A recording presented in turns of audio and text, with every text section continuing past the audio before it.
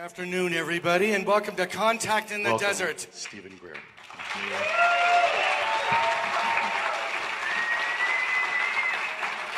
Thank you.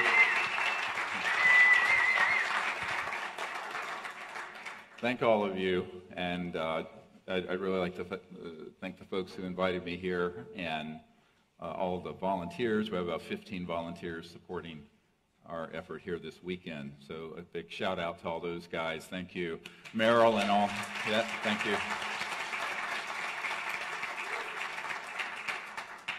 So I'm sort of on a nonstop travel tour right now. You know, the movie Unacknowledged has just come out. It's the #1 on iTunes. And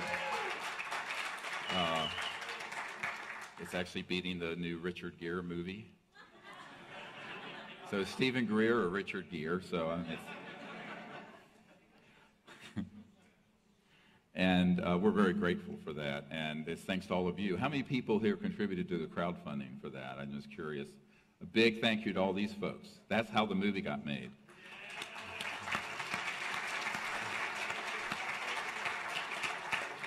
Now, this was not a big Hollywood production. It was 5,000 people contributing everything from $5 to, well, 111,000 euros from a German couple to make this happen. And the book, which is out there, has about 10 times more information than the movie. So if you've seen the movie, you really need to read the book. And the purpose in it is this is a tool every one of you can use to give to anyone you know who is open-minded or even not open-minded about the subject. We're getting feedback from academics and skeptics of all types who are saying, we had no idea there was all this material. And so this is not really, this film and the book were not made for people who live and breathe this stuff on the internet day in and day out, like many of you might. It's really made for the other 7 billion people on Earth who we have to have compassion for, who have been disinformed for 70 years on a subject of the greatest importance to our future. And I think that's why we made it in a manner that every single person on Earth who would see it. And I can't talk about, but there's some things that are going to happen in a few months where around 100 million people will see it. 100 million. So our goal,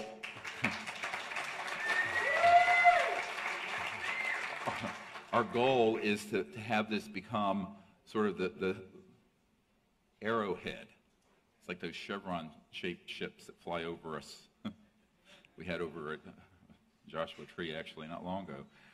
And those are from the Arcturan star system, by the way, if you're curious. And this effort is really to push into the mass consciousness of the world, because it takes a certain mass consciousness shift to make things happen.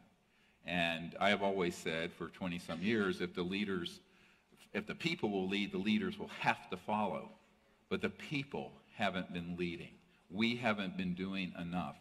And this is where we need, I'm going to consider this, and by the way, welcome to all the thousands of people watching on the webinar right now from all over the world. This is being live streamed as well. We need to go through something very advanced here, because I consider you guys to be the vanguard in the disclosure effort, in the effort to make contact with these civilizations peacefully, and in fact to create a new civilization on Earth. And to do that, you've got to understand and have discernment between what's information and what's disinformation. And that discernment is very hard to come by, because if you go to most conferences or go on the internet, and unfortunately even on things like Gaia TV, you're going to get 1 part information, 5 parts disinformation. And the reason for that is that people are doing it deliberately, not necessarily the people being interviewed and given talks, but the people who are providing that information to those folks. So the very first thing we want to go through today is how counterintelligence works.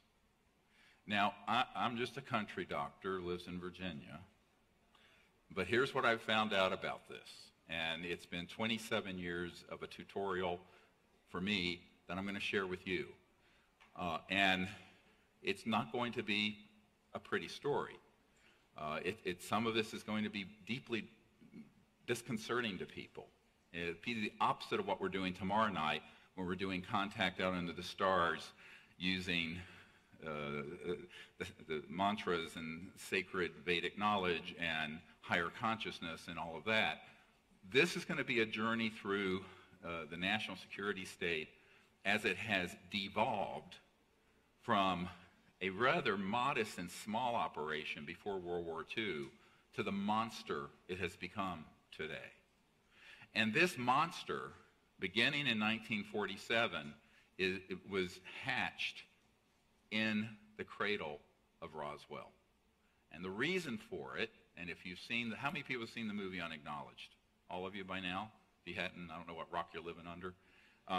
Go see it. It was shown for free when it was here. If you didn't see it here, I don't know when you're going to see it. Here's the issue.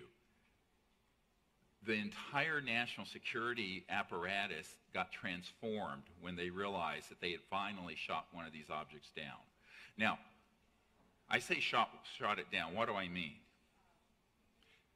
There are electromagnetic weapons, Tesla-type coils, that were being worked on in the 20s, 30s, 40s that are scalar, longitudinal type weapons. Now, these are weapons that, if you understand what a wave of light is, it has a wave component and, of course, a photon, the particle component. But it's a wave like this, right? And the speed of light is what? 186,000 miles per second. So every second, light goes 186,000 miles. A scalar, or longitudinal wave, it's a point that is outside the wavelength of light, and it is actually propagated at multiples of the speed of light. Now, this has been studied for the better part of a century, but unfortunately has been weaponized and began to be weaponized. The FBI memo that you saw in the film Unacknowledged, if you study it, read it carefully, and then look at also other documents that we have, the electronic warfare systems were stood up between World War II and 1947, in those years of the early, because they realized that there were these ET crafts zipping around our aircraft in World War II. You know what they were called?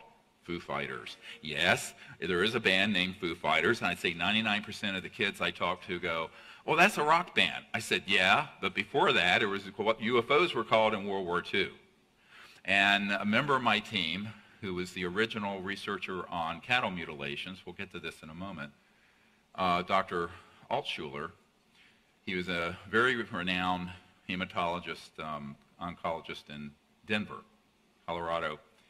And his uncle was General Jimmy Doolittle. And General Doolittle was sent over to the European theater in World War II to look into Foo Fighters, because these things were zipping around our aircraft, going down the middle of them, materializing, dematerializing, doing all this stuff with our electronics. We didn't understand what this was. Now, initially, we thought, the Americans and the Allied forces thought that it was a German secret weapon. But the Germans, we found from intelligence, thought it was a secret Allied weapon. And so President Roosevelt sent General Doolittle over there and said, find out what these are. So he came back to the White House, and I know this because he directly told Dr. Altshuler this, as his nephew, that they were, and reported back to FDR, sir, these are interplanetary vehicles.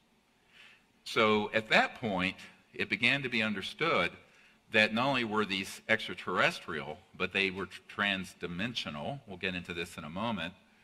And that the technologies behind it are the really high end of electronic vortices that are created that allow an object to go from one point in space to another, materialize, dematerialize, but also when it's in this dimension, has all kinds of effects on conventional electronics. Cars stop, magnetic compasses spin, etc., and so on. So this began to be looked at, and they figured out how to do some countermeasures. And countermeasures are figuring out how to adapt. And this was going on before Roswell. Now, in 1947, the only nuclear bomb squadron in the world was in Roswell, New Mexico, the 508th Bomber Squadron. And no other bomber squadron in the world had atomic weapons on Earth.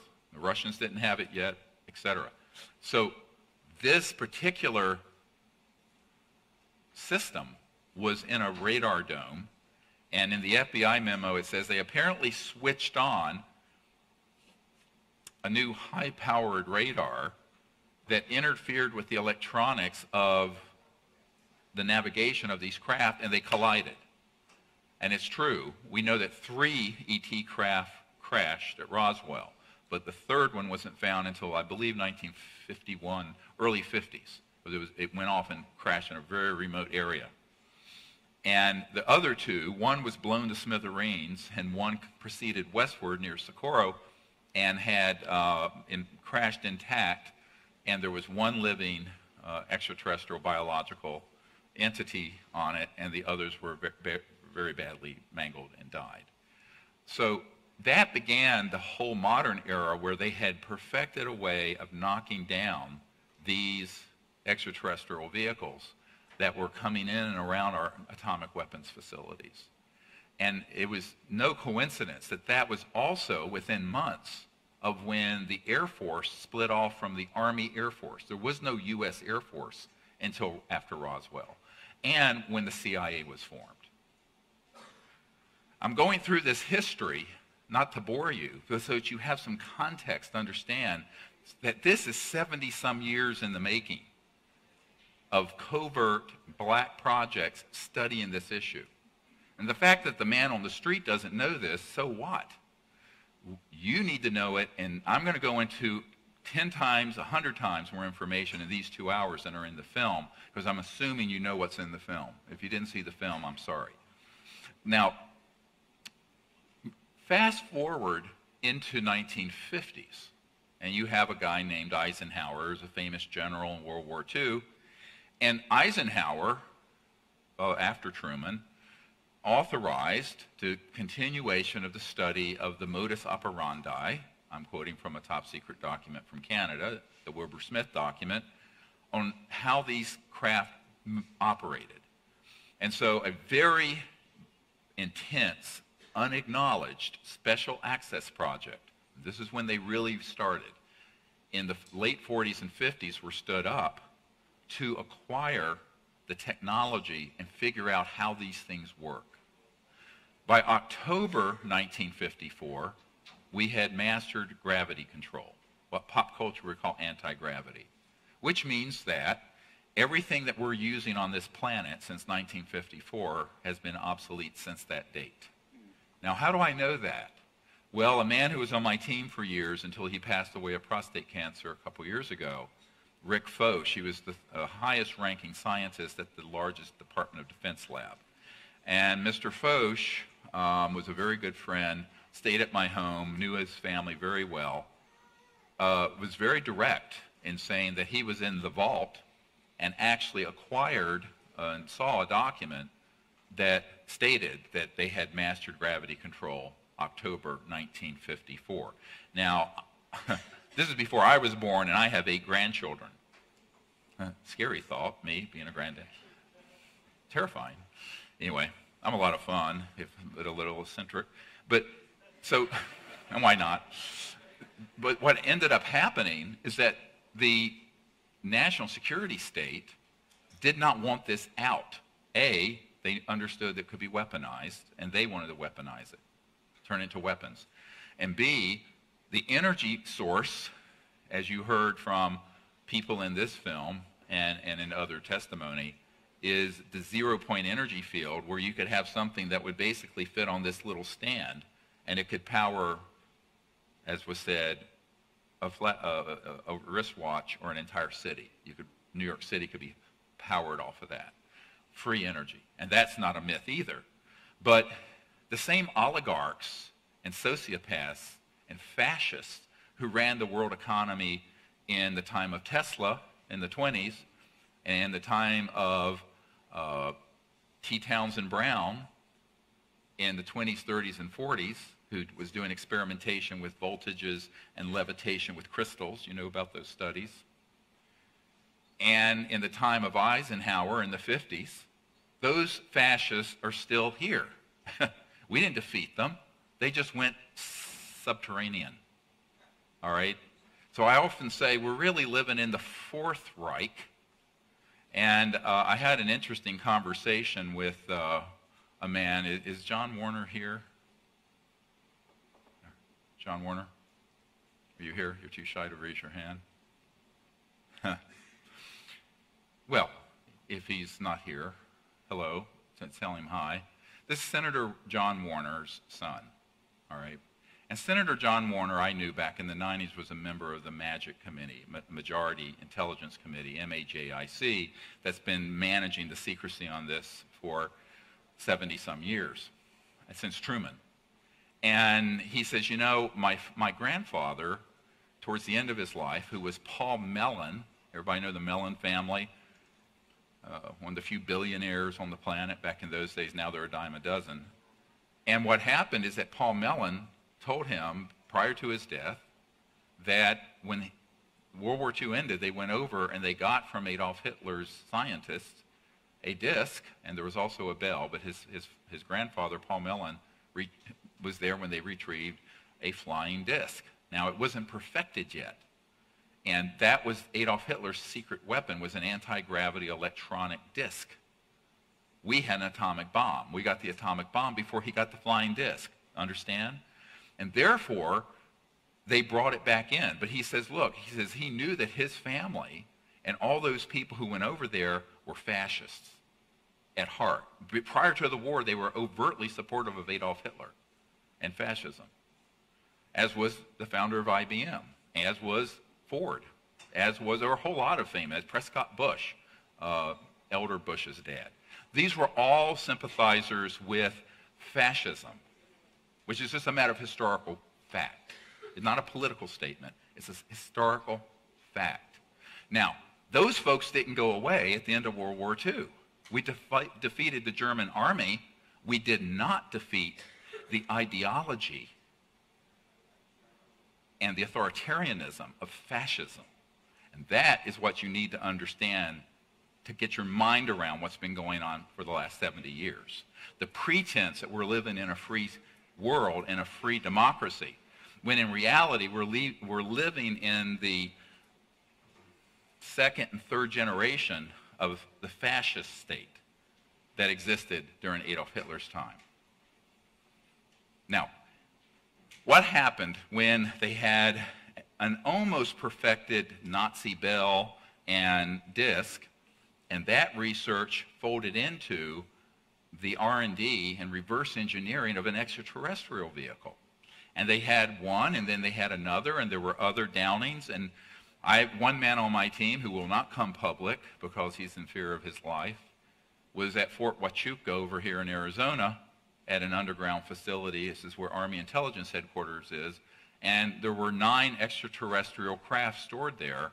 And he personally saw the different species and bodies. So, and that was back in the 70s when he was there. So this has been going on for 70 years, where we have been deliberately and purposely targeting and downing extraterrestrial craft who have come en masse from multiple civilizations from around the universe when we began detonating atomic weapons. Now, were many of these civilizations aware of Earth prior to that? Yes. Had many of them visited us? Yes. It's like Ancient Aliens TV show. Much of that is true. In fact, there's a man who works under contract at IT&T, but he really works for the CIA.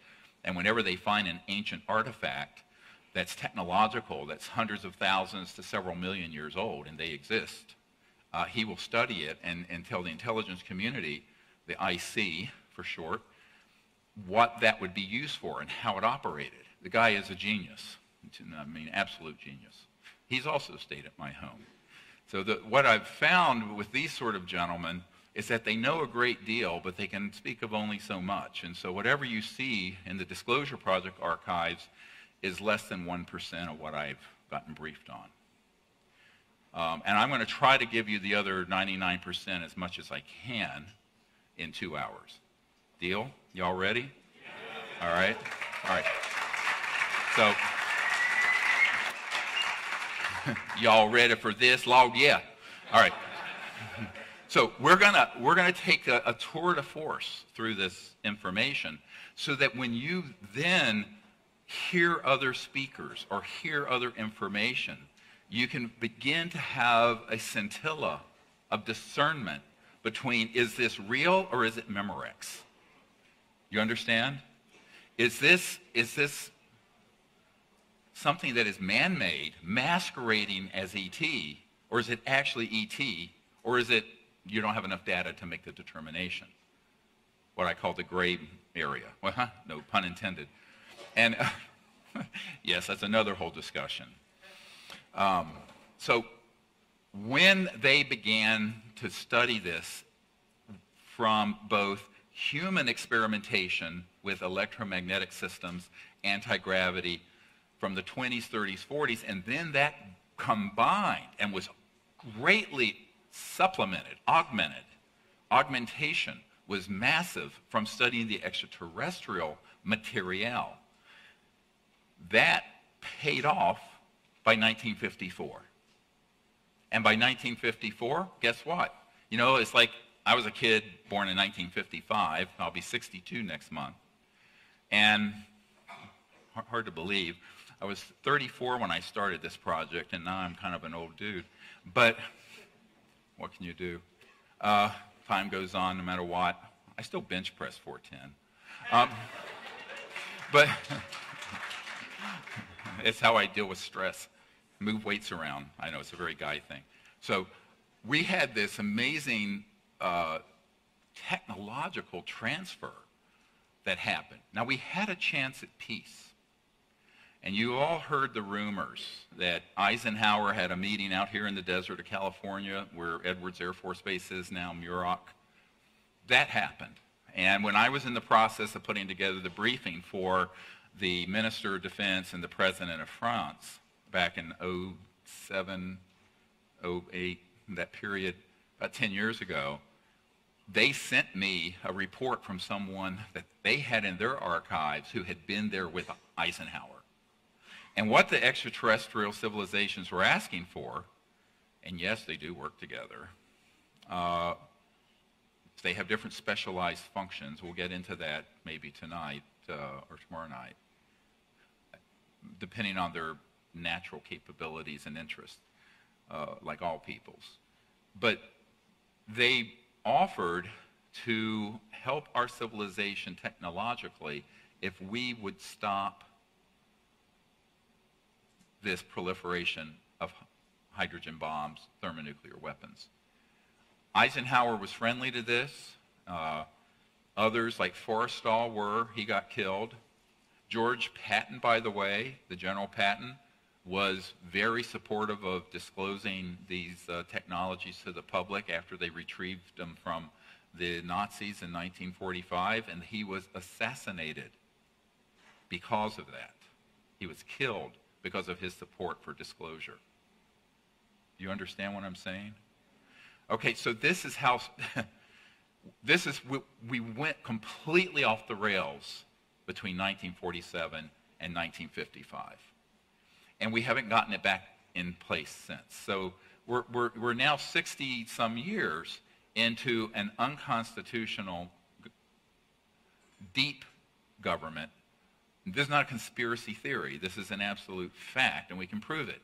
That does not answer to the constitutional authorities, whether it's the president or the Congress or even some of their generals and admirals that I have briefed.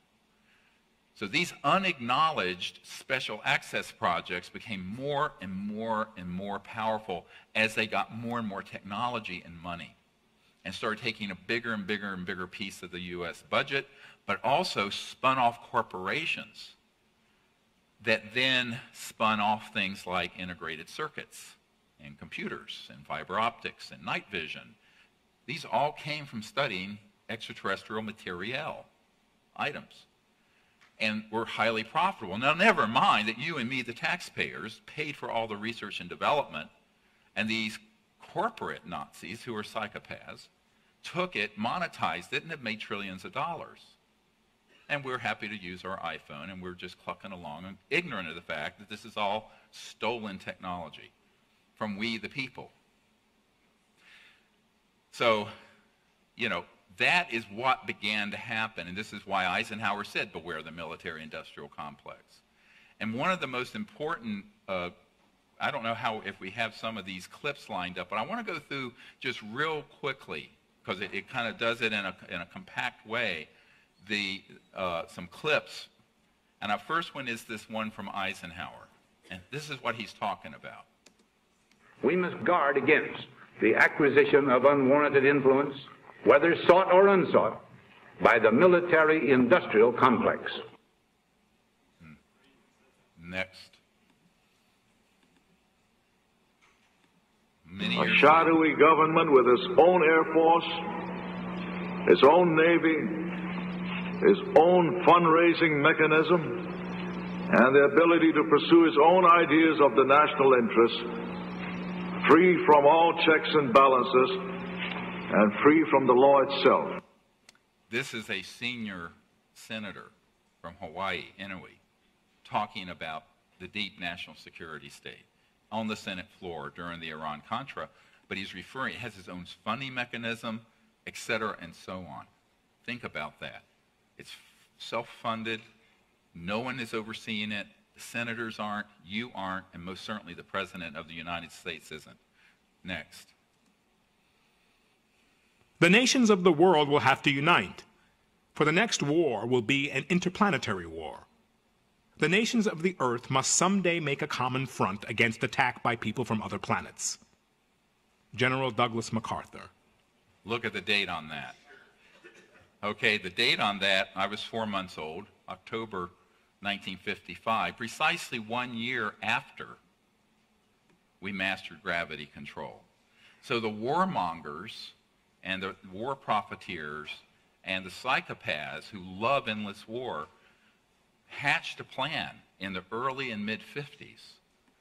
And one of the documents we have from Walter Bedell Smith, the CIA director from 1953, talks about the psychological warfare value of the UFO subject. We'll get into that in a moment. Next clip. Sorry. It is time for the truth to be brought out.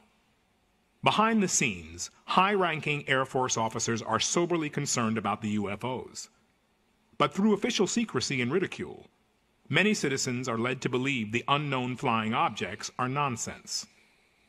I urge immediate congressional action to reduce the dangers from secrecy about unidentified flying objects. CIA Director, Vice Admiral Roscoe Hillenkoetter. Pause it. That was the first director of the CIA formed after Roswell. That gentleman in you saw the date, wrote to the Congress, and it was published in the New York Times. Around the same time, Eisenhower warned of the military-industrial complex. And this is a 5-star general, and this was an admiral. I mean, these are not, it's not Abby Hoffman saying these things, all right, from the 60s or some hippie. These are your key military people warning you. And why he said that at the end, he didn't say the UFOs were a threat to the national security. He said the secrecy is a threat to the national security, just as Eisenhower did. And every single admiral, flag officer, general I have met with, and director of intelligence entities, from the CIA to the DIA to the alphabet soup of things here and abroad, have said, yes, this secrecy is a threat to world security and peace, because they have so much power and technology, and no one in the system outside these unacknowledged criminal enterprises that are running the secrecy have any control over it. Next clip.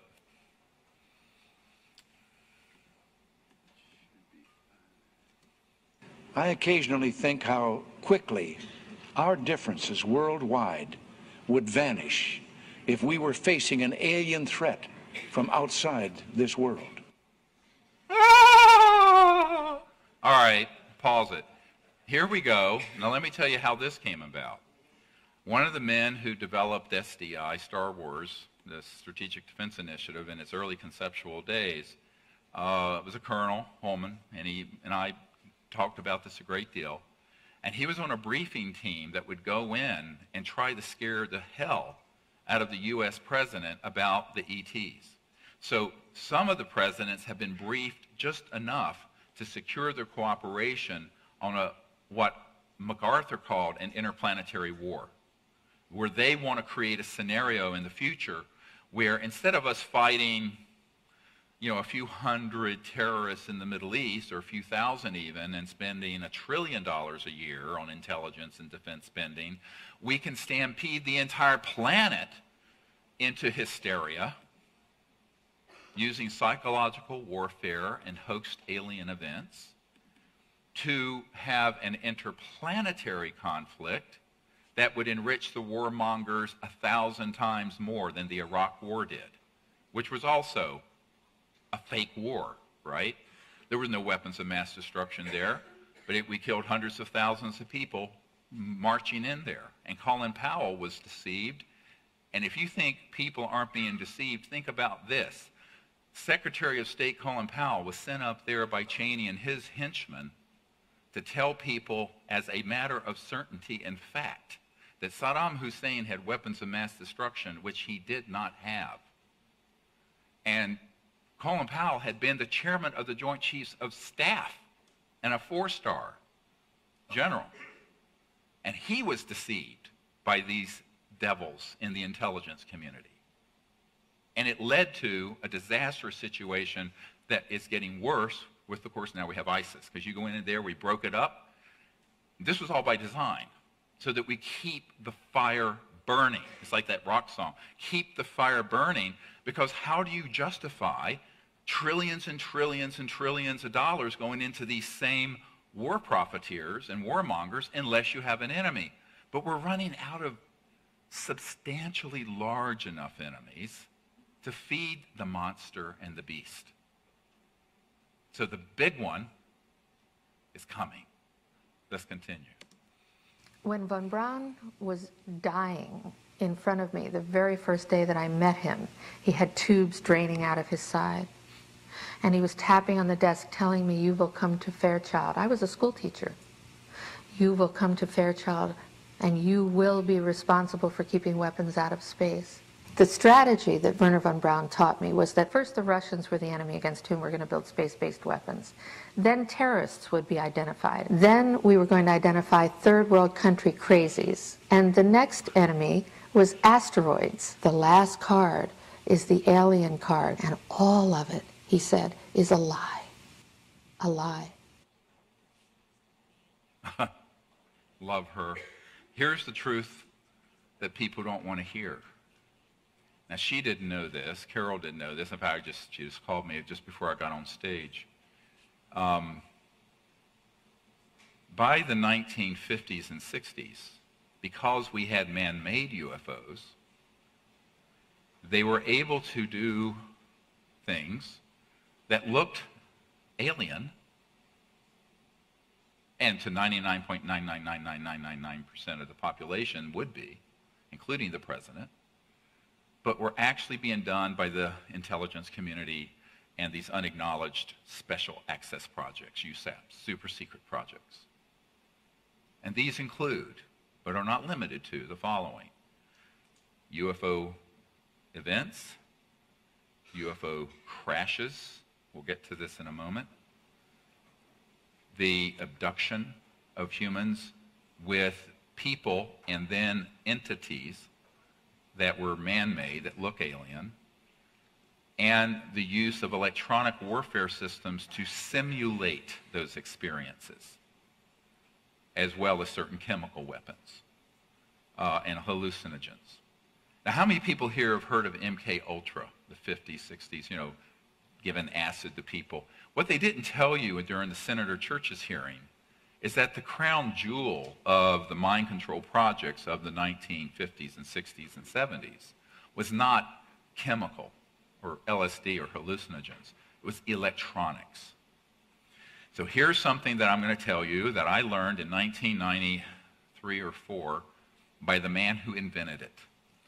A man who invented an electronic system that interfaced directly with consciousness. It was used both actively and passively. In other words, you could put this on and it would enable the person, no matter how skilled or unskilled, to remote view with consciousness at a different point in space or time. This was 1956. 56. But it can also be used to give people experiences which are completely hallucinogenic, but which come across as incredibly real. He said to me, and I later had this confirmed by many different scientists who worked for E-Systems and Raytheon and a whole plethora of intelligence community contractors, so that they could give you an experience. It'd be like virtual reality, but on steroids, where you would have the ability to have someone have this experience, and it is so real because it's in consciousness that it's being done. It's in their mind. And it can be done remotely and targeted remotely. And those people, and this is what this gentleman, and I'm quoting, he says, if we want you to have a personal conversation with your personal God, Jesus, Buddha, Krishna, whoever, you'll have it. You'll pass a lie detector test that it's real. It is that good. Now, fast forward to a few years ago, I'm on one of these expeditions. We lead out under the stars, and a woman comes who used to work for one of these companies, and she said yes. And we could sit in a room with a console, turn a dial, target the board of directors of a corporation, and if we wanted them to come agreement on something we wanted them to come to agreement on, we could turn the dial and there would be complete harmony. We can turn the dial the other way and they'd all be fighting. Absolutely. He said, when were you working that project? She said in the mid-70s.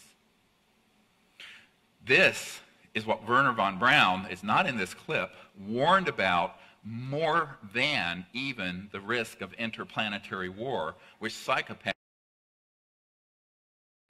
And the people who tried to stop it, George S. Patton, killed. Forrestal, murdered. JFK, dead. Marilyn Monroe was going to just blow the whistle because she didn't know what she was stepping into, whacked. So, if you don't go along with the agenda, it's very dangerous, no matter who you are. Bill Colby, the CIA director for Ford, President Ford, trying to help us bring out free energy. The week he's going to meet with a member of my board of directors, they find him floating down the Potomac River, killed. Although his family thinks he either had an accident or was a suicide. It was neither.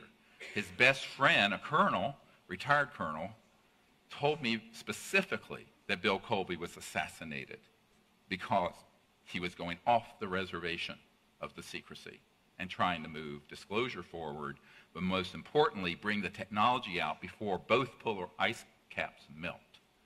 And 70% of the population is underwater. And that's coming if we're not careful. So that is the kind of thing that, now this is what I deal with day in and day out. All right, this is like became my life. That's why I left medicine. I realized the world. I'm an emergency doctor, and I always tell people I know a goddamn emergency when I see one.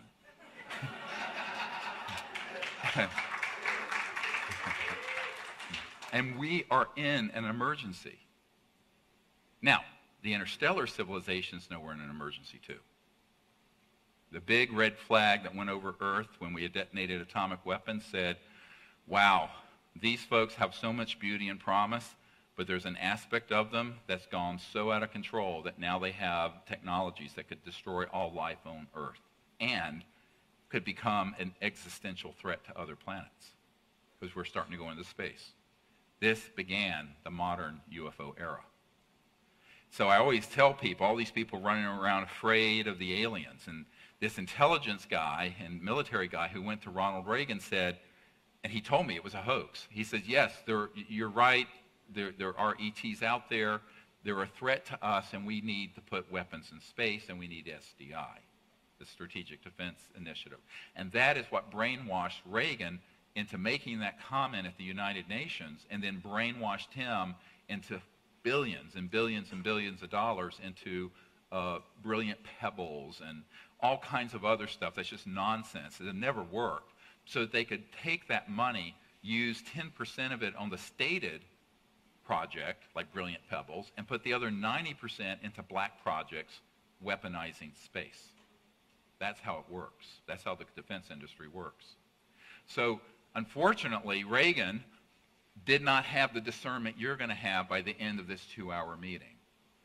And it cost us a great deal. And so he was played like a fiddle, sort of the Independence Day scenario. You know, the movie Independence Day with Will Smith, let's go kick alien butt. You know, all that jingoism and bullshit. And here's why it's nonsense. Because if you are an interstellar civilization and you wanted to just take care of the Earth problem, it'd take you 1 nanosecond. It's point, set, match, over. Now we're going to go through in a little while what transdimensional interstellar technologies are. So you have a little understanding of why these scenarios that are being presented about this race and that race are out there, and it's the movie Star Wars. Well, this is great for Hollywood and George Lucas. And it sells billions of dollars worth of movies and seminars and space on Gaia TV. However, it is absolutely dangerous. And here is why it's dangerous. Because when we start going down that path of a narrative of hate and what I call alienism. What's alienism? It's like racism, but it's humans against another species instead of black against white, or Shia against Sunni, or one ethnic tribe against another, or one economic system against another. This is the big one that they want to play, because the demagogues who are counting on endless war need your cooperation and need to have you brainwashed that there's an enemy that you should be afraid of and hate to support the next big war. And that's just a fact. Next clip. Air Force intelligence. Yeah, the high-level producers and directors. Yeah. And how were they paid so that it wasn't? Cash. Yeah, you pay. What you do is you make them sign a form and you tell them, you got to report this to IRS. But whether they do it or not, you're not going to give your form to IRS. I paid. I better not say. Some of them are large. Next. This is buying off the media. But the same thing happens with... We did do that, yes. OSI did that. There was a special group out of the 7602nd Air Intel Wing at Fort Belvoir. They came out and did that. They had these people that had maybe some sort of defects, anatomical defects that were brought in to fool people into thinking they're aliens. Yeah. I can't give you any specifics because the program is still classified, and they're probably still doing it. I wouldn't doubt it. They were still doing it. So they've already got this psychological warfare. So let's pause it. Bang. Now, this guy was a professional disinformation counterintelligence officer. I did a 3-hour interview with him. It's in the movie Unacknowledged. He comes clean because I knew what to ask. So I asked him about the false flag, and I asked him about the intelligence community and military being involved in abductions, and he confirms it. But he also says, listen carefully, I can't go into that too much. That's probably still going on, and it is. It absolutely is. Now, does this mean that everyone who's had contact with an ET has been done? No, it doesn't. It means that they want it to be so confused that you can't discern which is real contact and which is man-made. And the man-made ones are designed to be terrifying.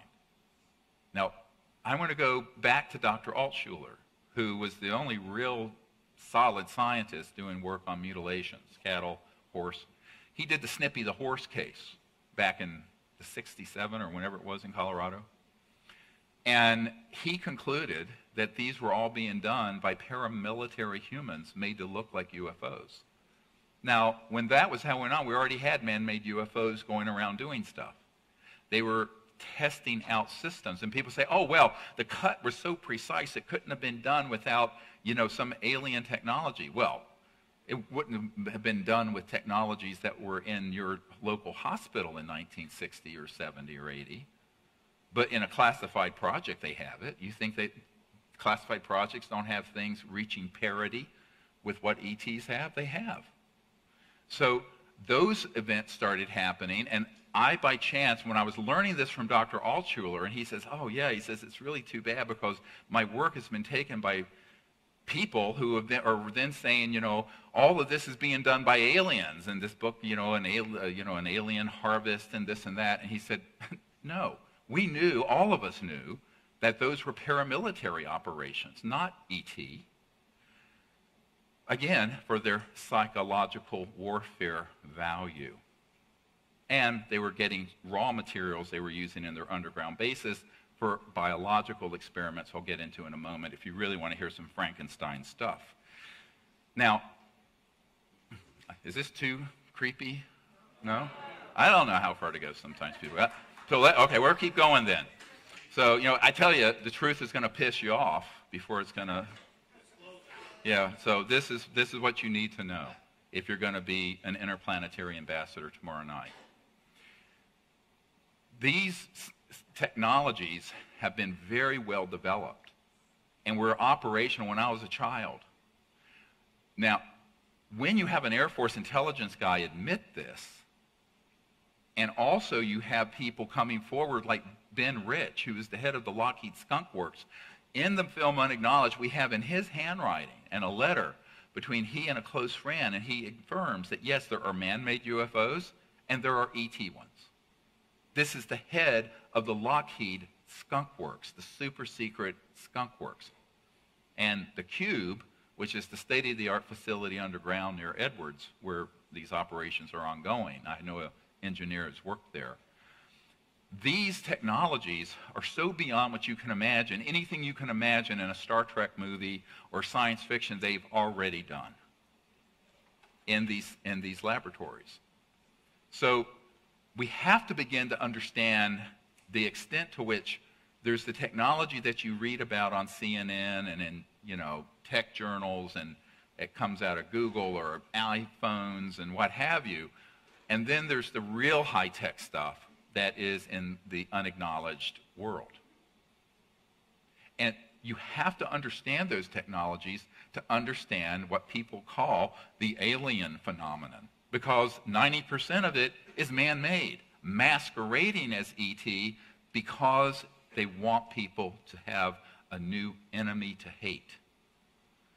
So that begins to elucidate some other key points. Let's listen to Michael Stratt, who's a great researcher on covert military aircraft, anti-gravs. Into the minds of people to expect an extraterrestrial, not a secret aircraft, but an alien craft. So when they do pull this, they'll already have everything ready to roll.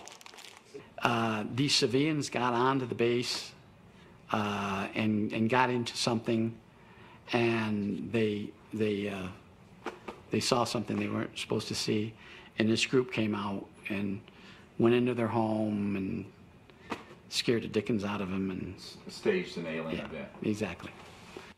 I said staged an alien event. He said exactly. That's happened thousands and thousands and thousands of times. Now, you can't, if you weren't discerning and didn't have this, now this has taken me 27 years to find these sources and methods and do this research. You ignore it at your peril. You will ignore this information at your peril because you will be deceived again. Remember the Who song, we won't be fooled again? We have been. Vietnam, Gulf of Tonkin, Iraq War, bang. This is the big one coming. Now, when Wernher von Braun was dying, that's why he wanted Carol Rosin to warn the planet that this was all going to be hoaxed. But it was hatched in the 50s, and the technological foundation for it was hatched in the 30s, 40s, and 50s, electronically and with anti-gravs. Now, is this to say that nothing going on out there or any events that people have with beings are real ET? No, there are a lot of real ET events. But if you don't know the distinction between one and the other, you're going to slam them all together. And the best disinformation is coded in information that's true. And at the core of it is that poison pill. And what I would suggest to you, and the reason I made this film, is that I got a heads up that that agenda was being fast-tracked in the last year or two. Because suddenly you had Hillary talking about this stuff, John Podesta, the WikiLeaks hack with the emails, some of which mentioned me and Edgar Mitchell. I'm sure you're all aware of this unless you don't read, and that's a good possibility nowadays. Read, learn to read. And so what has happened is we have a tremendous amount of evidence from in my network that they've started launching various disinformation vectors. So I'll give you an example. There's a young rock artist who I introduced to this. He stayed at my home named Tom DeLonge, Blink-182. And he then got targeted by a guy at Wright-Patterson Air Force Base, General McCaskill, feeding him disinformation about how courageous it is for us to fight the aliens. And it was like right out of MacArthur's mouth in 1955. And he's creating information that he sincerely thinks is real, that is completely counterintelligence disinformation to prepare the millennials and the X generation people for interplanetary war, because they're trying to pull another generation along. Does this make sense to you? I'm afraid to tell you that the same is happening with most of the information from Bill Tompkin. The frightening part of the information from MK Ultra babies, everybody know what MK Ultra babies are? Oh, well, Dr. Fred Bell was an MK Ultra baby, and I used to stay at his home. He's Dr. B in the Disclosure book, for all of you who've read and memorized that, which I'm sure you all have.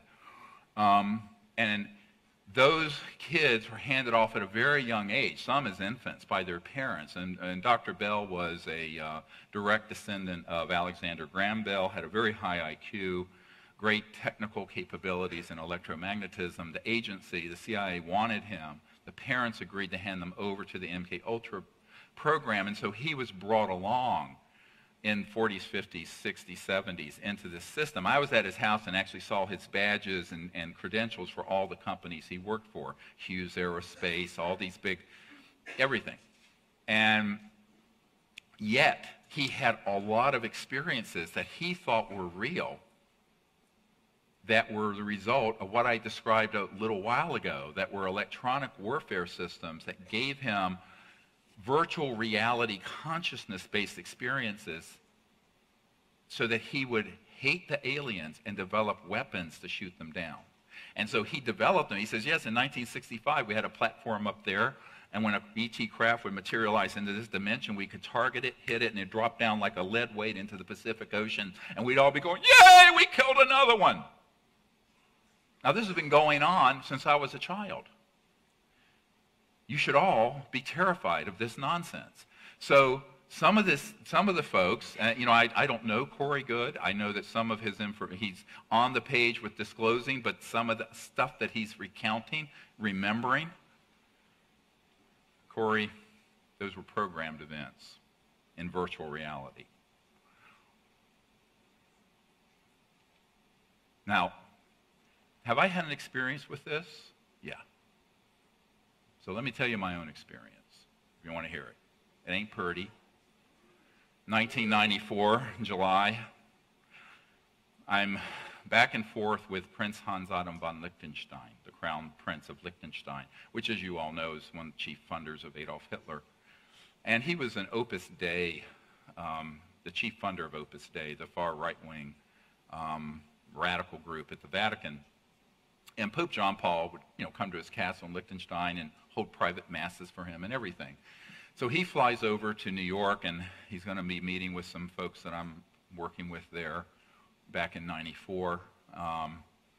And I agreed to meet with him. He was very cryptic. I got a message that he wanted me to call him, so I called him at his castle.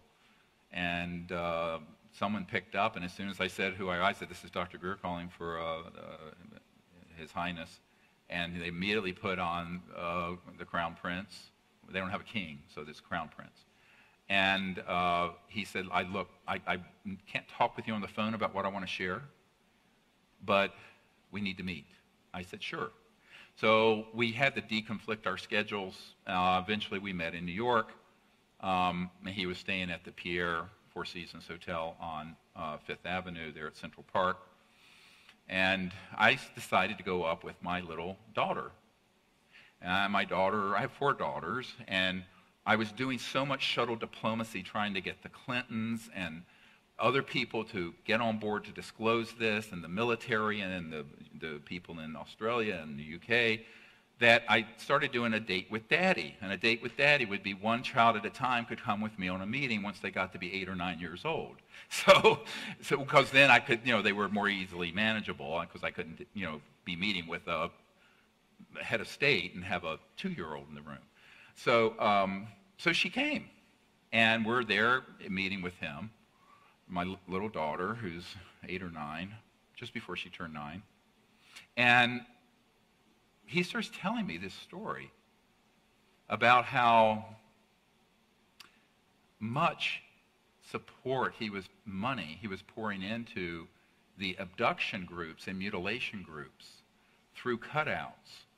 And he specifically named Bud Hopkins, and Jacobs, Mack, and others. But he says, "I've stopped funding John Mack because he's not as negative as I want him to be." And I said, and I was just listening. I said, "Well, tell me, what is the purpose behind this?" He said, "Well, we want the people to hate the aliens enough that we'll have an interplanetary war so that Christ will return." Now, I'm just telling you, this is what he said. And I'm just listening because, a good doctor listens to that, 90% of diagnosis is just listening to the patient if you know how to listen and ask the right questions. That's really true. You can forget the CAT scan. You just know it if you just let them talk. So I let him talk, and I'm just going, "Holy crap, this is batshit crazy, dude." But that's what I'm thinking. I'm thinking this. Okay, so this is 23 years ago this summer. And then we talk about some other things, like the fact that the Secretary General of the United Nations, Paris de Cuellar, had been abducted. Now, in his defense, he had been a target of disinformation and had his brother abducted by covert forces out of the castle. So he was targeted. A lot of these leaders have had their family members targeted with military intelligence abductions, like this gentleman is describing, so that they would go along with the agenda of endless war that's interplanetary. You see how psychological manipulative that is? So he jumped on board this whole mutilation abduction thing and was pouring money in it like you don't know. Now, I asked him, what happened to Paris de Cuellar? He says, "Well, there was a meeting at the UN back in his motorcade, and he was abducted out of his motorcade at 3 in the morning. And I knew about this already. This is the famous Bud Hopkins case of a famous world leader who was taken out of the motorcade. You know the story. Well, it was Paris de Cuellar. And I said, "How do you know that?" He says, "I'm personal friends with Paris de Cuellar." So I just let him talk. I said, "Well, tell me what actually happened." He says, "Well, he was taken on board this craft, and the really scary aliens said, if you don't stop the program that you're involved with George Bush Sr., the then President of the United States, and other world leaders to end secrecy and disclose this subject, the aliens said to Paris de Cuellar, we will abduct every world leader involved, and that includes the President of the United States." He was then put back in his car, terrified, and went back to his home there at Sutton Place. Now, I knew Boutros Boutros-Ghali and his wife, the Secretary General after that. And what it turned out to be is that, you remember the Roswell case where the red-headed sergeant who said, I'm going to leave bones scattered in the desert. They won't even find your bones if you don't keep your mouth shut about this. His son became in his father's footsteps and was in the security detail who arranged the electronics for this abduction of Paris de Cuellar from the motorcade. Now, how did that happen in Manhattan? How much do you want to know about electronics that do this? This gets into the deep into the pond. Okay, so I said, well, with all due respect, I don't think that's what happened, and I think it's more complex than that.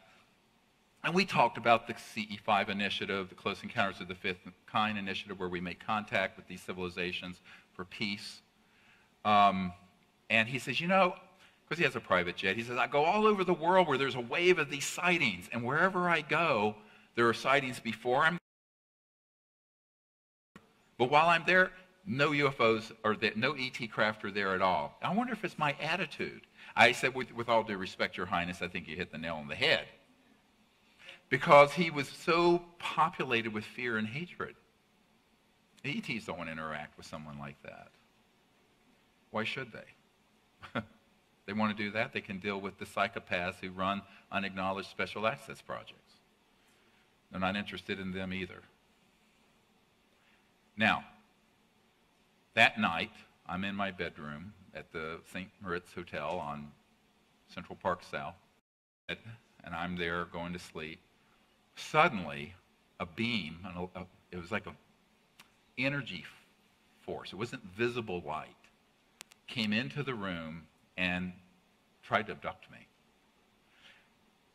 I could tell it was electronic and it was directional, and I could tell, but the energy it had was sheer, terrifying, I mean, stark, raving evil.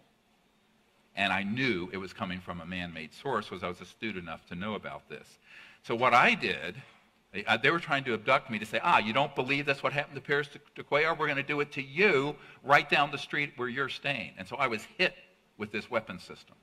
It was crystal clear, more real than sitting here today. And so what I did to stop it is that I transcended. Luckily, I was a meditator, and I had been a meditation teacher before I was a medical doctor. And so I started doing a meditation and a prayer, and I transcended into the ocean of unbounded mind so that my drop became the ocean. And they can't take the ocean. They can only take the drop. Get it? So it's transcendence. So when I transcended into that, if you want to call it cosmic consciousness state, and with the power of that unbounded mind and purity of that, then it stopped. But then as soon as I came back into my individual ego self, hit again, and again, and again, and again. It was very exhausting. But they never got me. They almost got me. But they didn't quite get me. Now, this was an electronic warfare system. And they were trying to say, all right, we're going to teach you. I came back from that not fooled, but actually what they had done by doing this to me personally is that they tipped their hand. And I saw through it as crystal clear what they were doing. So what happens then? Every night at 4:20 a.m. or so, for about a month or two, there'd be a subaudible click I would hear in my room. It'd wake me up. And I would be hit with a weapon system that made me so sick, I had to literally crawl on my hands and knees to get to the bathroom with not even stand up. And it would last for about 10 or 15 minutes, and then it would pass. I wasn't sick from anything man-made except an electronic weapon system. This happened every night, over and over and over. It was torture. So my wife, of course, knew this was going on. That's when I was going to close down everything I was doing, 1994. But I'm stubborn, so I didn't. But that's the kind of stuff they can throw at you. And I knew this was man-made. And then because I had already been briefed by men who had worked those weapon systems that are electronic, psychotronic, radionic type things. Now, all that information sounds disparate to you. Like, what the hell is this guy talking about now? But what I'm saying is combine all those capabilities and throw in a big measure of biologicals. So we've talked about electronics. Now let's talk about biologicals. You think that Dolly the sheep was the first cloned creature in Scotland? No, ma'am. No, sir. There have been technologies cloning human-like creatures since long before that, because it's all based in electromagnetic pulses that can cause a cloning effect. So a lot of these creatures that we see running around, and we've had a few of them that have tried to infiltrate our expeditions, we know exactly what it is, are actually man-made biologicals, and some have called these programmed life forms. But they have integrated circuits in their neural cortex, but they're biological. They're basically biological robots that are man-made. So there's a facility in Australia that makes them. I know a couple people who worked in that facility out in Pine Gap. There are deep underground bases that are connected to Los Alamos that travel out to the Dulce area. Above the ground at Dulce, there's nothing. You can only get there through an underground connector. That's a biological lab. And those have been used as they become more and more sophisticated in conjunction with what he just described. When we want to scare someone and make them think what they saw was alien, we send in one of these squads. That's what he said. You listen carefully. Now, his whole interview, 3 hours, we're putting out as a special feature on iTunes. And it's also on DVD, so you should see it. And then my whole interview that was the foundation of this movie is also available. It's about 3 hours, I guess. I think that what people have to begin to connect some dots here, when you have the intent to do what Douglas MacArthur said, World War III will be interplanetary, and you have people warning, like the first CIA director, of the danger the secrecy has become to the national security. And I would say, is there a secret space program? Yes. Is it what you've been told? No. There's no, groups of spacecraft going all out throughout the cosmos in a sort of battle galactica thing going on.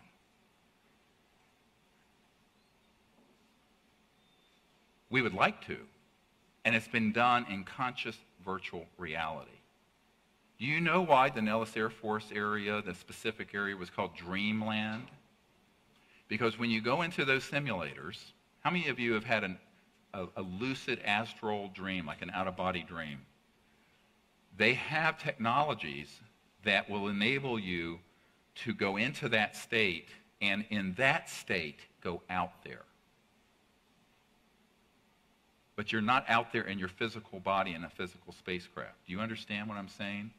And that can be a programmed virtual reality experience, or you can do it in reality and see what's really out there. And there are people who have been allowed to go and see what's really out there that they then piggyback and dovetail in the other program, the virtual reality fake one. Does this make sense? And those people do not know where the fake one starts and the real one ended. This is really difficult because Dr. Bell admitted to me that his mind was so scrambled that he didn't know what part of what he remembered was real versus programmed through these consciousness interfacing electromagnetic war systems. I know a number of people are getting upset by hearing this, and I apologize to this planet. Therefore, this is an emergency. I'm sort of the cosmic Paul Revere here saying there's a real problem with this tidal wave of information mixed with disinformation.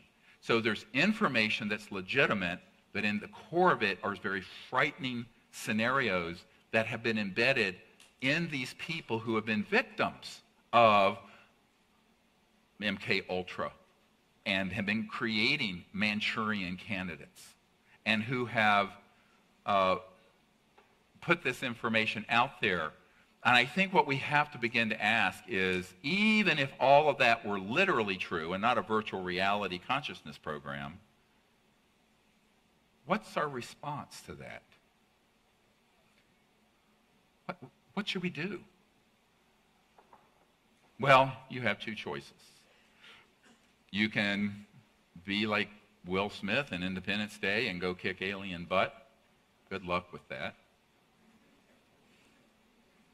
Or we can choose to engage in dialogue with these civilizations, realizing that there is actually one conscious mind within all of us, and find the foundation for universal peace, where we can go forward as a peaceful planet. That's the choice. It is really that stark. Now, people like to be scared. People like to have someone to hate. You know, and this is what I said, there's this new thing. You know, it's not politically correct to be a overt racist. You can talk in dog whistles and code words, I guess, and get elected. It's not politically correct to be blatantly homophobic or blatantly misogynist, but it's okay to be blatantly alienist, where it's this alienism. And you'll notice that the good ETs always look like, Tompkins was talking about this blonde, buxom, gorgeous, Nordic-looking with the big boobs. Wonderful. And of course, the evil ones look different from us. They're playing on the racist foundation of conflict that humans have been dealing with for thousands of years. This is demagoguery. And they're very good at it.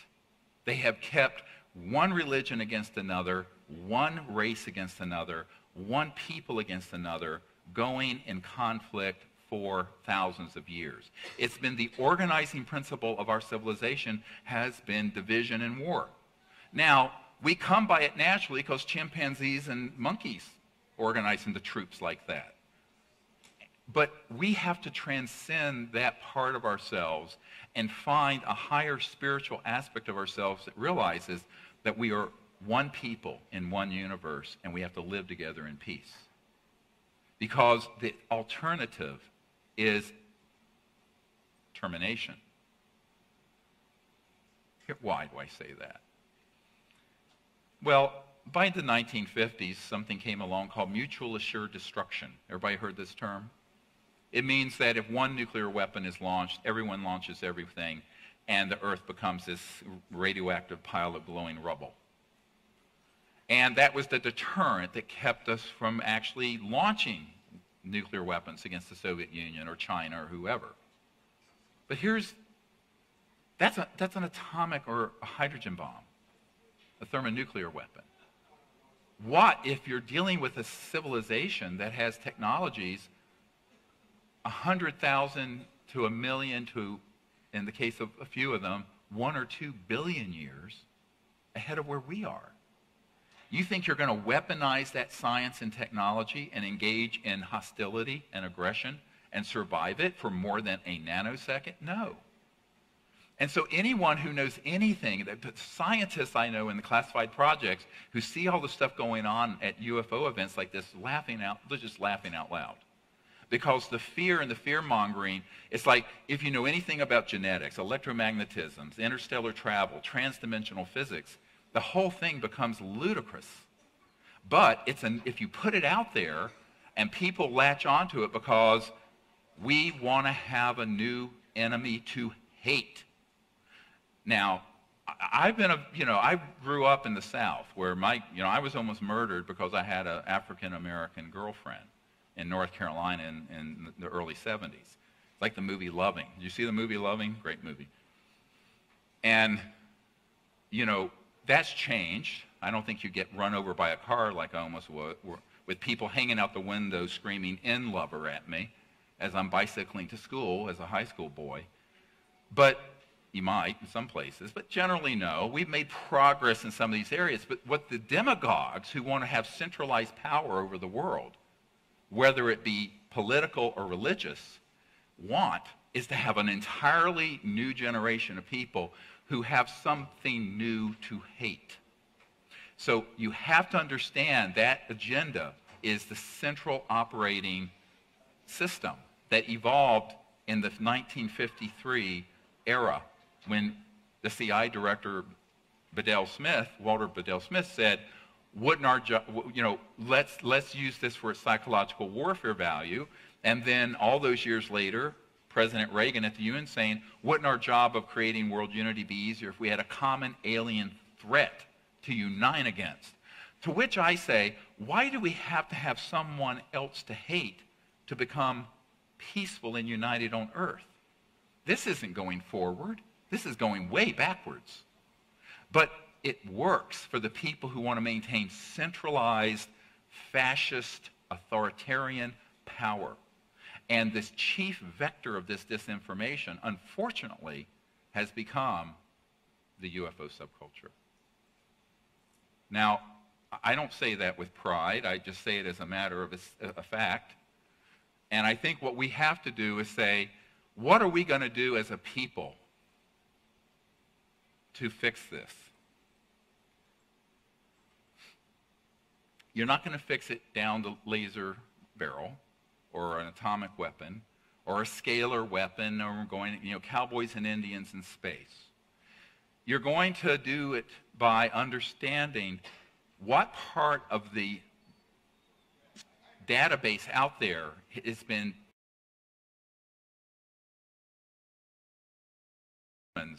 of hating somebody that's different, who looks very different from us. And what part of it is real, that's an actual extraterrestrial encounter.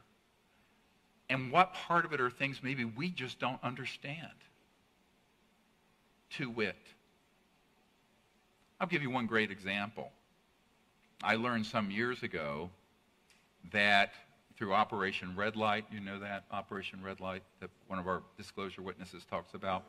Well, anyway, they had an ET communication device that they were studying that enabled them to sort of sense things in the past or future using non-local physics. And it's electromagnetic systems, but it enables to go. Now, the future, you can only talk about a possible or probable future. It may be 95% now. Got it? This is why predictive people who always say on this particular date this will happen, they're always wrong, because by the time they say it, enough things change that alter it. Right? You understand this? It's the nature of space, time, and consciousness. This is another whole discussion. We'll get into that Sunday night. But the point I'm making is that they developed these systems so that they could peer and they realized that ETs could see various possible or probable outcomes. One of them is like the Hopi prophecy, where there's a terminal line. But there's another Hopi prophecy where we go off and up and out. You know the Hopi Rock, the prophecy from Native American. And the ETs know that. But as a preparation for not having the best outcome happen, but having a catastrophe happen, they began to do what I call a cosmic Noah's Ark. Now, what do I mean by that?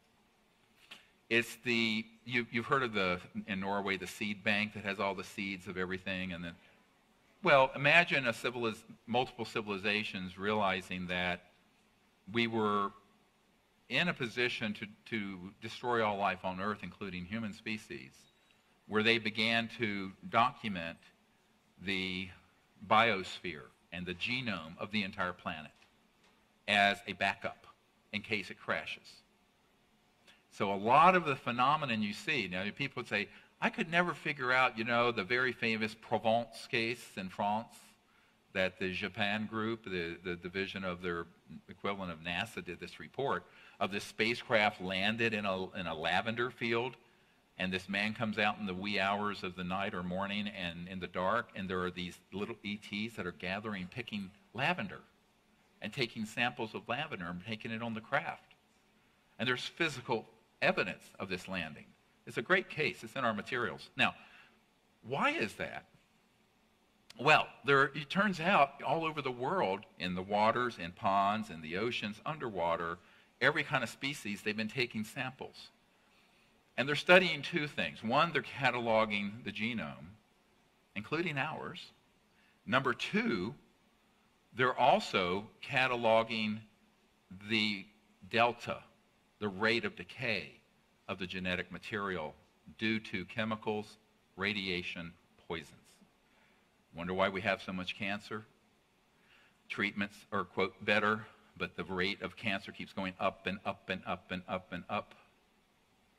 We're living in a slurry of chemical and petrochemical and radioactive toxicity, which damages cell division, mitosis, and genetics, where you get terrible cancers, but also can result in infertility and the loss of entire species. On top of it, human activity on the planet is entered into a phase that even mainstream scientists are calling this the big extinction. Because since the dinosaurs became extinct 65 million years ago, we are right now, today, have more species becoming extinct than there has ever been since the dinosaurs became extinct 65 million years ago. And it's man-made. It's due to how we're living on this earth in a ravenous, destructive way. And the ET see this madness, and they're trying to study it and account for it, and if necessary, intervene, but in a way that wouldn't be terrifying. And also, in a worst-case scenario, intervene massively. All right? So there is the possibility of a massive intervention if we are foolish enough to let this go on too long. And let's hope that doesn't happen, but there's a backup plan. So the ETs are here. What they want from us is to go, as Michikaku would say, from a zero civilization, level 0, to a level 1. A level 1 civilization is peaceful, not warring, and is no longer destroying its biosphere for its civilization to be high-tech. Now, it turns out 100 years ago, we had that ability with Tesla-type free energy, etc., and so on. The League of Nations 100 years ago was subverted. The entire ecological mess we're in could have been avoided. But it's not their place to land here and force that on us. It's for us to figure this out. So people can do it. If you guys go out and organize contact teams in your communities using the principles of the Close Encounters of the Fifth Kind initiative, higher states of consciousness, and everything I'm going to teach Sunday night, you'll be able to create a morphogenic field in consciousness and in the body politic and in culture that shifts it. And say, everyone, you guys need to see this movie and understand what the foundation is, and also understand what the disinformation is and what that agenda is for the false flag operation, hoaxing events, and what have you. So let's see, there's another clip, I think. Oh, this was the next one. Yeah, okay. Have you been exposed, or did you come across in your career and your network the false INW or the deceptive indication and warnings projects related to this? Yes. And what did you find out about those? That's pretty on an intelligence community to set up a false flag. And he acknowledges, oh yes, that exists, but I can't, that's really secret. That's really secret. He's backing off like this. It's more powerful than anyone could possibly say if you look at his body language. Now, the reason that I began briefing the Defense Intelligence Agency director, the 3-star, and the admiral in charge of intelligence for the Joint Chiefs of Staff, and CIA director, and all these people, because I learned of this false flag operation 20-some years ago and realized that the people, there are a handful of people in these unacknowledged special access projects who know about it, and the rest do not. But by disclosing this information, we can neutralize it being played out. You know what I'm saying? What if people had known for a fact that they were going to hoax the Gulf of Tonkin incident, and we wouldn't have gone into Vietnam the way we did and expanded it? What if people had known for a fact that they were hoaxing stuff for the Iraq war And the public and everyone would have said, no, we're not going to go marching in there. They weren't behind 9/11, and they also don't have any of these weapons, even though if he is a brutal and misguided dictator, but those are all over the world. You're going to march in everywhere? No, we went in because it's the second largest oil field in the world, and we wanted to take that oil off. It would go up to $150 a barrel. Durr, you know, I mean, hello. I mean, it's a Cheney-Halliburton move.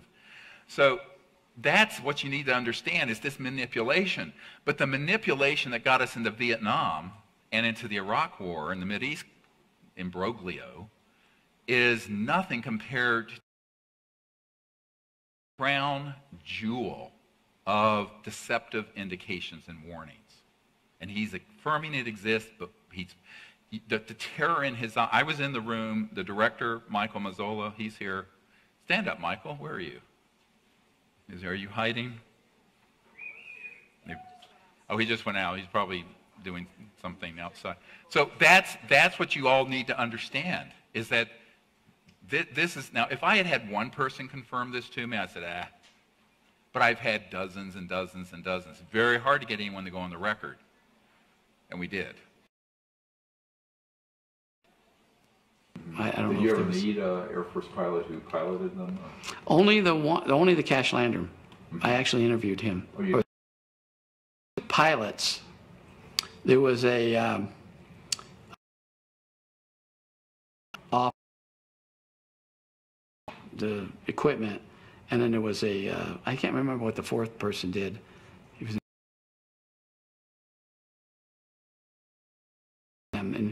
and everything that could have gone wrong, it took off fine from Nevada and flew perfectly. But when it was going to an air base. I can't remember which air base it was. Some air base in Texas. I think it was Webb Air Force Base in Big Springs. I think it was. Talking about the Cash Lander. Pretty sure it was Webb. And when they tried to slow it down, that's when the problems happened. And then they cut power, and so many things went wrong that they almost crashed. A man-made nuclear power plant. It malfunctioned. There was a filter problem. They had a core breach, and it started spewing radioactivity out.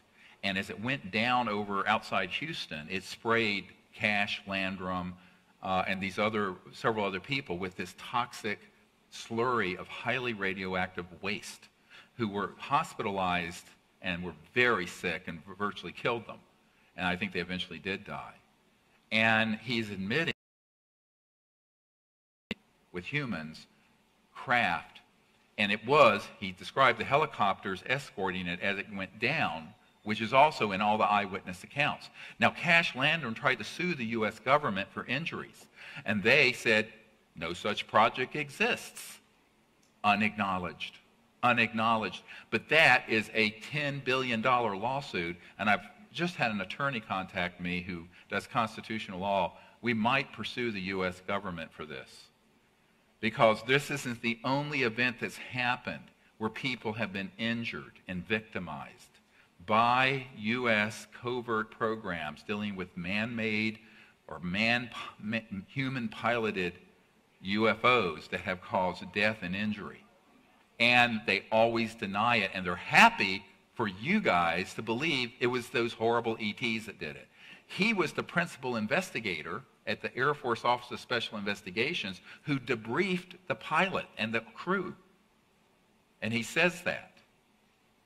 Now, many of us knew that that was a man-made mission all along. Something like this and let the public believe that it was ET or some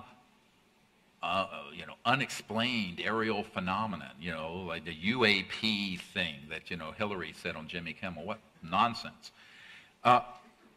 No, we can't continue to be fooled. And if we are fooled, they could then launch a fleet of man-made UFOs out of the dry lake beds and the lakes, the holding pools, and they, 3, 4, 5 in the morning, they come up out of here, out of near Edwards Air Force Base. And they could launch these from Antarctica, Australia, outback, everywhere, and do something where they blow up a city or do something like this to their own opinion, but not their own set of facts. These are the facts. And the facts lead you to an inescapable conclusion, and that is that we are being played like a fiddle and manipulated into hate and fear with scenarios that are not true in terms of being ET, but are true in terms of being man-made. And there are people who are purveying that information who absolutely believe what they're saying. I'm not at all saying there's any disingenuous lying going on. I'm saying that they have themselves been victims of being a vector, a pass-through to the public of this kind of disinformation, the way General McCaskill at Wright-Patterson used Tom DeLonge. We have to be careful.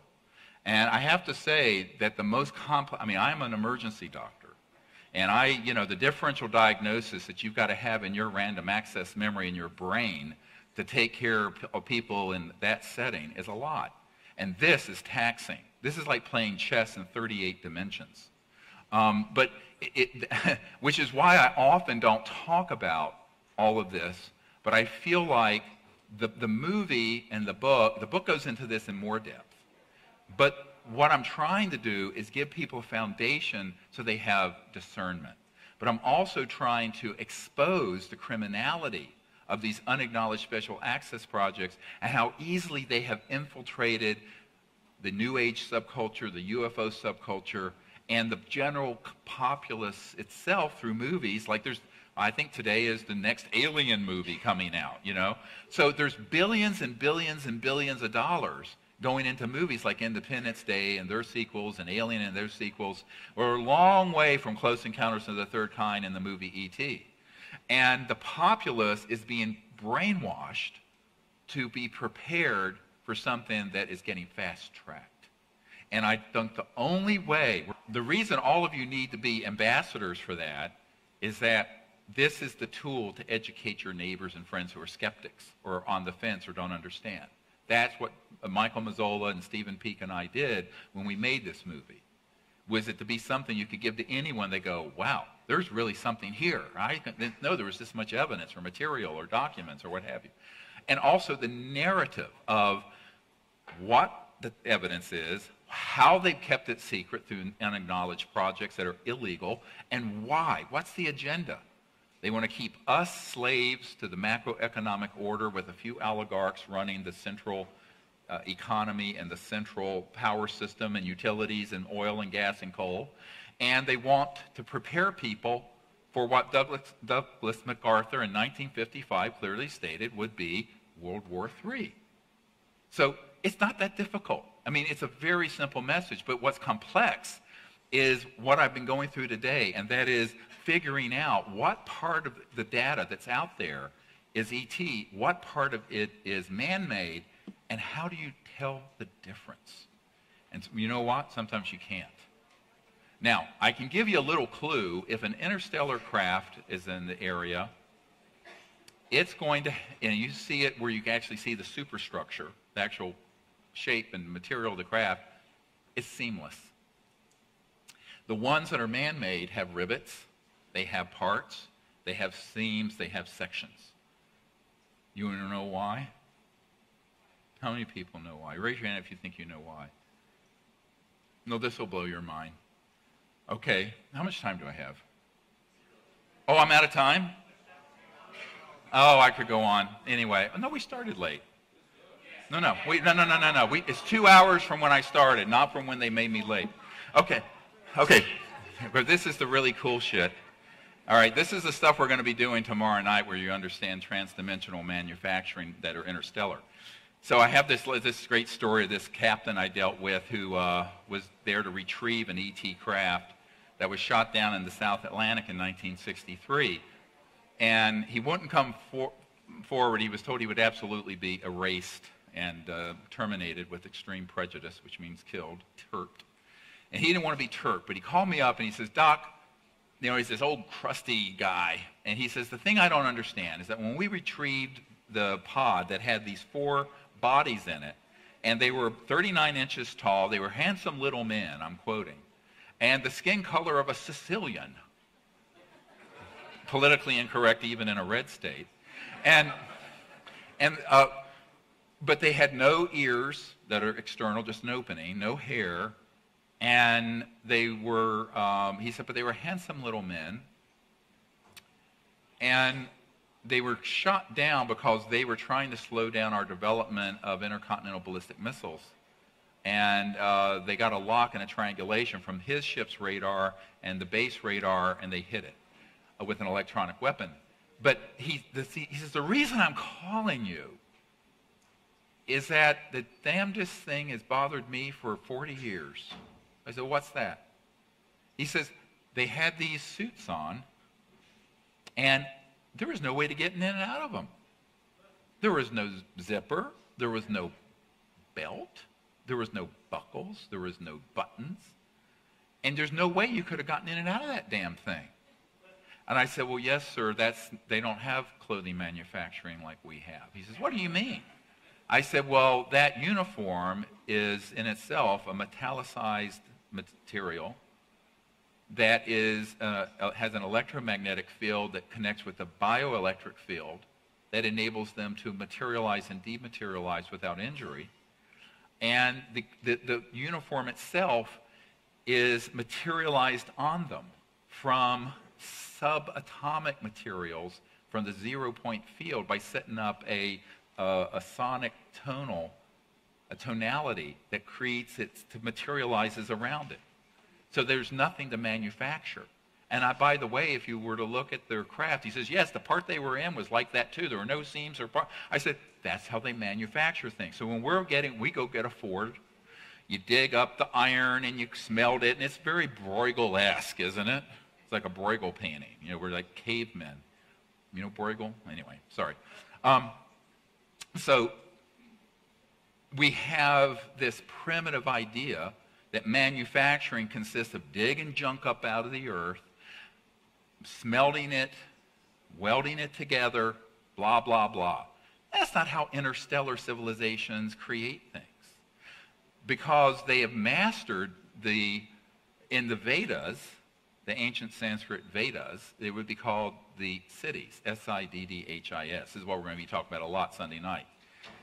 Of how to create through resonant frequencies, both in consciousness but also augmented with electronics, a technology that would enable them to materialize anything they want. A spacecraft, a uniform, their food, and also that enables them to be like a solid object like this. You put the correct electromagnetic resonant field around it, it will tilt a little bit out of linear space-time, go to another dimension, drop out of this space-time, and reappear in another galaxy very quickly. Communications are occurring by the consciousness and the thought being directed to an electromagnetic system that then conveys instantaneously anywhere in the universe under full reproducibilities, okay, and full, accuracy. So that is how ETs are manufacturing and communicating.